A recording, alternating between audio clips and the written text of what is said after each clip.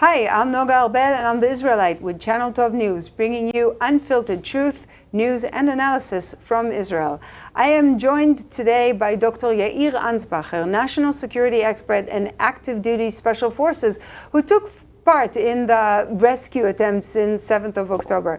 Dr. Ansbacher, you came back with some very disturbing souvenirs. Yeah. Could you explain why what they are, and more importantly, why they're significant? How does this change our understanding of the battle Israel is now facing? Okay, I'll be glad and delighted because I think this thing is really important. Yesterday I tweeted in my Twitter account, like a chain of tweeting. I don't know what's the right term for that. And I call that the special and secret weapons and ammunition that Iran, and I'm talking about the IRGC, the Ayatollahs, used and sent and gave to our enemies, especially, well, this tweet is talking about Hamas and what happened in October 7.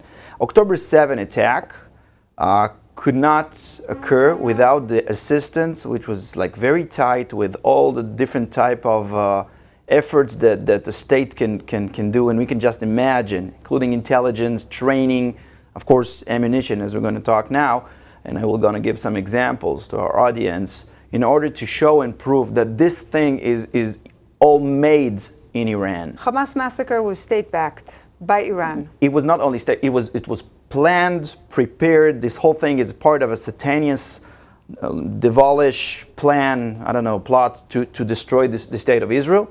And as we're going to immediately see, every part from that puzzle was created in Iran and in Tehran. That's a very strong statement to say that the is. Sunni Hamas is being actually, ran by Shiite Iran. That's right, but these guys, the Ayatollahs, back from 79, they had like their big goal, and that was to destroy the nation, the Israeli nation, the Jewish nation. And in order to do that, they did amazing things, including connecting with the line. You know, the first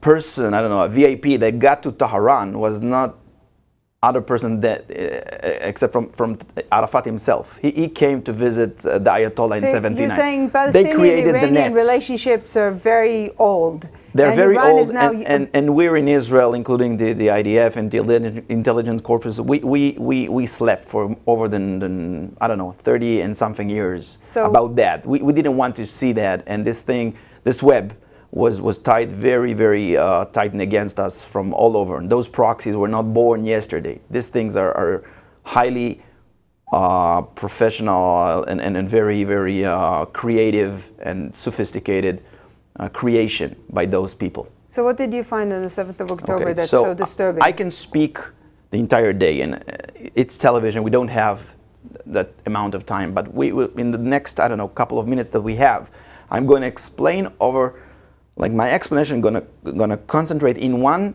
single weapon system, which was so devilish, but she is also very sophisticated. From one side, it's genius. From the other side, it's for dummies. It's made for dummies. Every stupid Hamas person can use it. It takes a lot of effort to create something every idiot can use. It's actually the definition of genius, to make something very complicated, very simple to use. And you're saying Hamas doesn't have those capabilities? No, they don't, okay, but the Iranians do. And this weapon system that we are going to talk about, it's the TBG, which is a thermobaric charge, which the basic weapon is something that in order to this thing to work properly, you need very high sophisticated, state-of-the-art technology, and that's only, some nations, like modern nations on earth can do. Except from the West, we're talking about Russia, China, or Iran. And this thing is Iran-made. Just for the explanation for the people, this thing going when it explodes, it's ignite a cloud of tiny molecules of gasoline or something, and it's made a horrible blast that also take the air, the oxygen from all around. I'm talking about 10 or 20 or 10 to 15 meters around, and it burns everything. And I'm talking about everything: rubber, metal, everything, flesh, of course. Does it burn through It tanks? burns. We will talk immediately about anti-tank capabilities, but this thing, when it goes off, it goes up to about 1,500 or even more degrees. How's that compared with? We're talking about Celsius, right?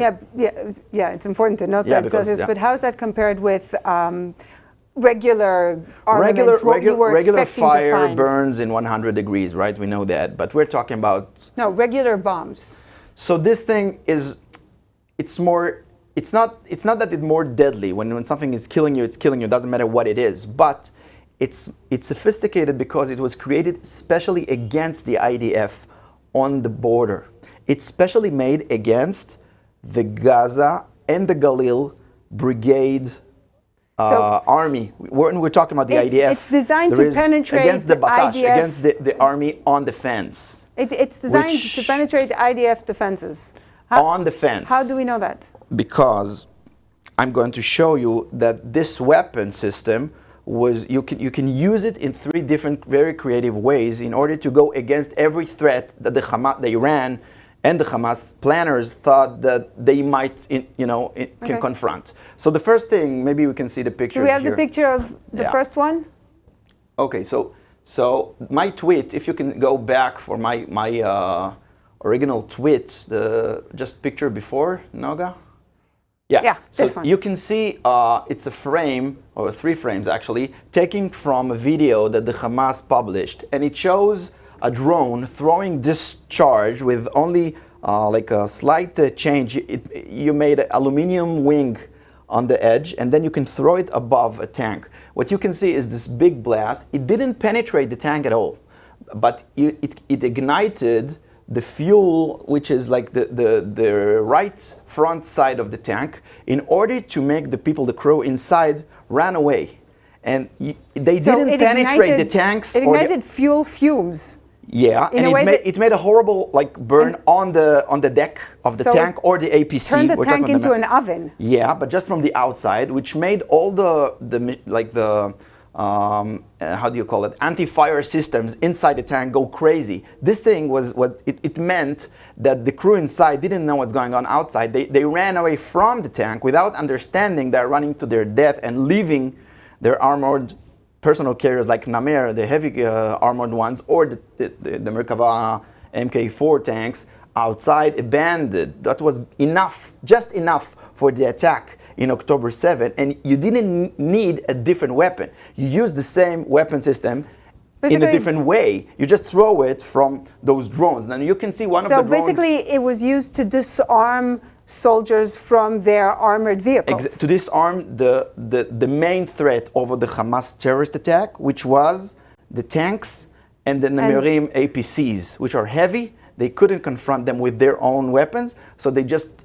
You don't need to penetrate. You don't just need to penetrate. The soldiers you to need to leave make the people weapon. run away from it. Now you can see the drone in another picture. This is the drone we found in Sufa, and you can see what I was talking about, the TBG, which was actually, as you can see in the front of it, there is another charge. It's an armored piercing small charge, and the whole thing, the dual thing, is, I believe, one of the, maybe the first time on Earth that this weapon was used.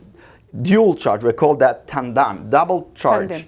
Tandem. The first one is armor piercing, a thin layer, when we're going to talk about immediately what was this made for. And the second one, the fat charge on the back, it's the TBG, the thermobaric charge that I mentioned and explained. Okay?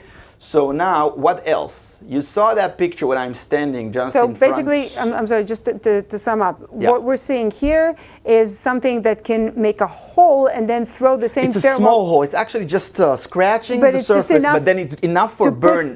To put the thermobaric charge inside it's something. It's not going inside. It's actually burning the whole thing up. And if there's something on the deck, it immediately get burned. And that's how of course, flesh, but also some materials that some tank crews are putting on the tank sometimes, some rucksacks, whatever, the whole thing is burning, and that's good enough for burning the tanks. And that's how Israeli tanks and armored vehicles were I saw abandoned. Personally some Nemerim are abandoned because of that. So that's one way to use. It actually works. So that's one way to use the charge. That's the first way they use that, and that, by the way, is a mattress drone. It can carry 5 kilos, which is amazing because the Iranian said the Hamas would buy its own drones, its civilian drones. Everyone can buy them. They bought it. And then what the Iranian did, and we can see that later, they built a CNC, high developed plate. If you're a Hamas in Gaza, you just need to connect between the plate, who can carry the ammunition, and it goes straight so they to only the had to drone. import. They don't need to do anything. Yeah, they just need to connect. That's it. It's a kit. It's made for dummies. What? But they only had to import the CNC kit, and then you buy Iran your built own the drones CNC and kits. you put them You together. have your own drones, and it's like a regular drone, and then you can make your own Air Force. It's a small Air Force. Okay, so But that's the first thing. Okay, let's. It's a very keep well roll. organized This machine. is what I talked about, the wing. Look, it's actually a wing made of aluminum. You can see it's like made by machinery. It's not something someone it's how do you say it? It's machine made, not, It's a machine made, industrial. and they just in the end has screw. You just screw it to the round, to the RPG or whatever, the TBG, and then the whole thing can be thrown away from a drone. Okay, another picture, please. And that's why That's the drone we found in Gaza, and you can see the plate. This is the blue CNC plate, and you can see the white round in the middle. It's actually can hold this wing and the shape charge or whatever, the TBG over it, and can carry it. This is a 21st century Air Force. Yeah, it is. You no longer need And it's very F-16s. Yeah, it's The whole cheaper. thing is- you don't need it's an army fighters. for You don't poor need people. an airstrip. That's it. But you still have And you can take air out domination. and I wouldn't say armies because it was meant specifically against something. It was very specifically, but it made its That's its the job. point It's of horrible. weapons, is that they're supposed to be specific. This whole thing, the fact that I think this thing is important, it shows that Iran was planning the whole thing, thinking about the IDF For looking years. for years, more than 20 years, I'm sure about that. And they learned the way we are building ourselves and our forces, and they were looking for those weak spots and then found and create the right answer for it. By the way, we used to think about ourselves as like amazing planners. It's like a very West thing to do, to look at We're the not problems. the only ones, apparently. These guys are very sophisticated, very sophisticated. Okay. No, another picture, please. Let's see what's the next step. Okay, so now you can see a guy who called himself for many years a journalist of Al Jazeera. This whole thing was, everybody know today that this guy was a Hamas, not only Operative. terrorist, but also a guy that worked with weaponry and developing, etc. His name was Mohammed something Wash, and you can see in the middle that he is aiming through an RPG launcher this round of RPG, which is again this special round in the second option. The second option is to fire it from the RPG launcher, the regular RPG launcher in the beginning. Just to be clear, you use a regular RPG launcher which to can be fire very the stupid thermobaric thing, charge. very common thing. An RPG Very launcher easy to is one of manufacture. the most common weapons on Earth. In the beginning of this, I don't know if you saw the picture of me standing in Mir Yitzhak in the first days of the war. The first one we saw. So you can see there, I saw those launchers, like they were made by Egypt in the 80s. One of the launchers was written on it in Arabic 83, which was the year I was born. I remember that. But the round, the shell of the RPG, this one, is state of the art. And we're talking about something else. I'm talking about the colors, and it was perfect. It was something that someone took out of a new bag of nylon or something, of a plastic sheet. This thing was created for that day, and that takes me to the next part. Hang on, and Hamas is manufacturing these? Okay, no, in the we're going to script? talk about it immediately, but I want to tell you another thing. Okay. The way they use it in the second option by shooting it from an RPG launcher is brilliant. Again, in a horrible way, because it was made against the soft armored vehicles of the brigade on the borders, both in the south and in the north, because they have very thin armor. It's against regular light weapons. But if the first charge is penetrating this not very, like, it's a thin layer of armor, and then it goes inside with the DBG 105 thermobaric round inside, just imagine, and actually I don't need to imagine because I saw that with my own eyes, what kind of damage it do inside those vehicles. Because those vehicles, which are armored vehicles, but light armored vehicles like Panterim, Davidim, all of those types, are getting burned from the inside. Doesn't give a chance for the people inside. Doesn't RPG do that the same thing? No. A regular RPG, and by the way, I saw one, not an RPG, but an anti-tank missile. It went from one side of the vehicle to the other, did a hole, killed one person, that's it. But this thing going inside and doing this horrible effect that I mentioned, so it doesn't just burning penetrate, everybody inside, and those things it actually happen. explodes you from within. And that's again Iranian thinking. They thought to themselves, the Israelis have all those armored vehicles, soft vehicles, on the border. We don't only need to hit them. We need to kill as many as people as we can. So again, what they did was they found a way to make our advantage into a disadvantage. Now the Palestinian in the edge, he doesn't know anything about it, just shooting. But this whole thing is... someone put a lot of thought and effort into this. And you said so that's the second thing. And the third? The third is just taking the TBG charge by itself with the screws again, and you put inside, it's called matzat, an igniter or something like that. I don't know how to say that in English. A regular standard American or a fake Iranian M84 or M60, you just pull something, to make it simple, and you throw it inside a bunker. You use it as a bomb, as use it as grenade. a bomb, but like a very effective one. I don't know how to describe the thing that it does. The damage is horrible. Inside concrete walls, inside safe rooms, etc. So some of them actually took it and sent it in rooms or close places or quarters, and the damage is and that's why we don't have any remains?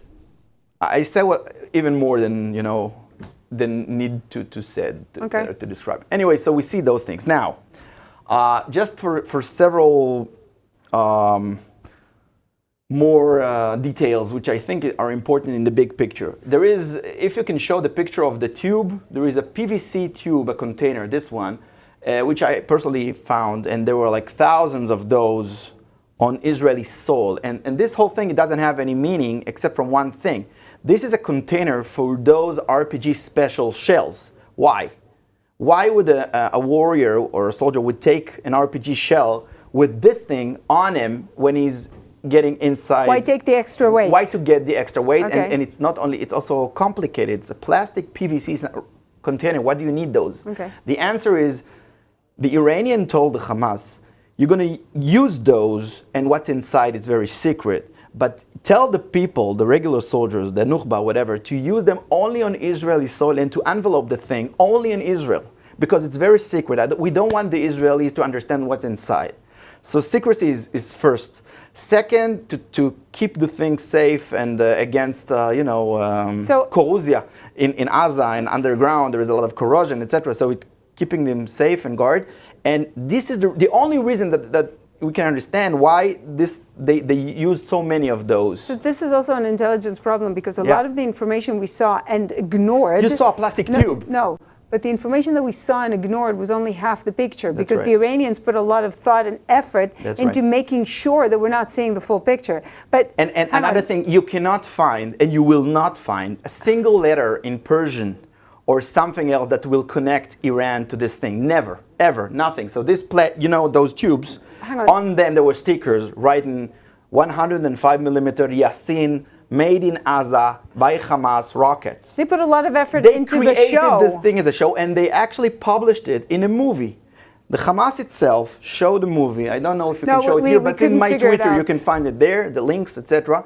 You can see a movie when they're actually painting those rounds one by one, and you can see it's industrial, but it's like fake. They build the whole scenario, etc., whatever. But the whole thing is made by Iran, and we know that because of another thing that if we'll have time, I will talk about it. We have another time that they did the same thing with a different weapon, and they did the same thing. We know that it's Iranian, and they told us, I think we're going to have to ask Hamas you to come again, but one last question. We keep hearing that Gaza is an open-air prison because Israel is monitoring the borders from sea and from land to make sure this doesn't happen. How on earth did Hamas get this an undescribable amount of state-of-the-art Iranian weapons into the Strip and then onto Israel. And thousands of them. Yeah. So you asked how on Earth. The answer is not on Earth. It's beneath Earth. It's through the channels across Philadelphia across the Philadelphia line? The Philadelphia line. We know that the Egyptians, and I'm talking about all the tribes, the Bedouins, and some of them are actually related to the government in Egypt. They knew about this for years. They had a lot of money, good money taking from Iran from one side, Hamas from the other side. And they did that. The Egyptians were benefiting from this. The Egyptians were benefiting from that, and the tribes also did like a big ceremony. We're talking, now the IDF is there in Rafiah, in the Philadelphia line, and he's talking about more than 100 tunnels. Some of them are wide enough for a truck to move. So it's very understandable. Is there any way for us to monitor the Philadelphia line without presence, without IDF soldiers present on the ground? No. So it's a big question, but the answer is very simple. So the only way to stop... No, you need to be there. And even when we were there, it was not a very easy thing. We need to work for that every day, every single day. By the way, you asked about this. So this is a round that I don't know if you can see that. Yeah. It's not a regular round. This round it looks like a regular 7.62 millimeter for a Kalashnikov or AK-47, but it's not. It's actually, again, armored piercing. It was made specially against the Kevlar plates of the Israeli soldiers, again the body armor, in order to penetrate through. So this is, again, something very sophisticated. The Hamas are telling, yeah, we created them. If the IDF no mark again. Someone made them. Someone put them in rice bags. Actually, we have a picture. Maybe we can finish that with that picture. Picture that the Yamam, this is the humanitarian aid we support. If you can show us the last picture of the rice bags. Look, those are rice bags. The Yamam, the SWAT published, full of bullets inside. Humanitarian aid, ladies and gentlemen, armored penetrating bullets. Yeah.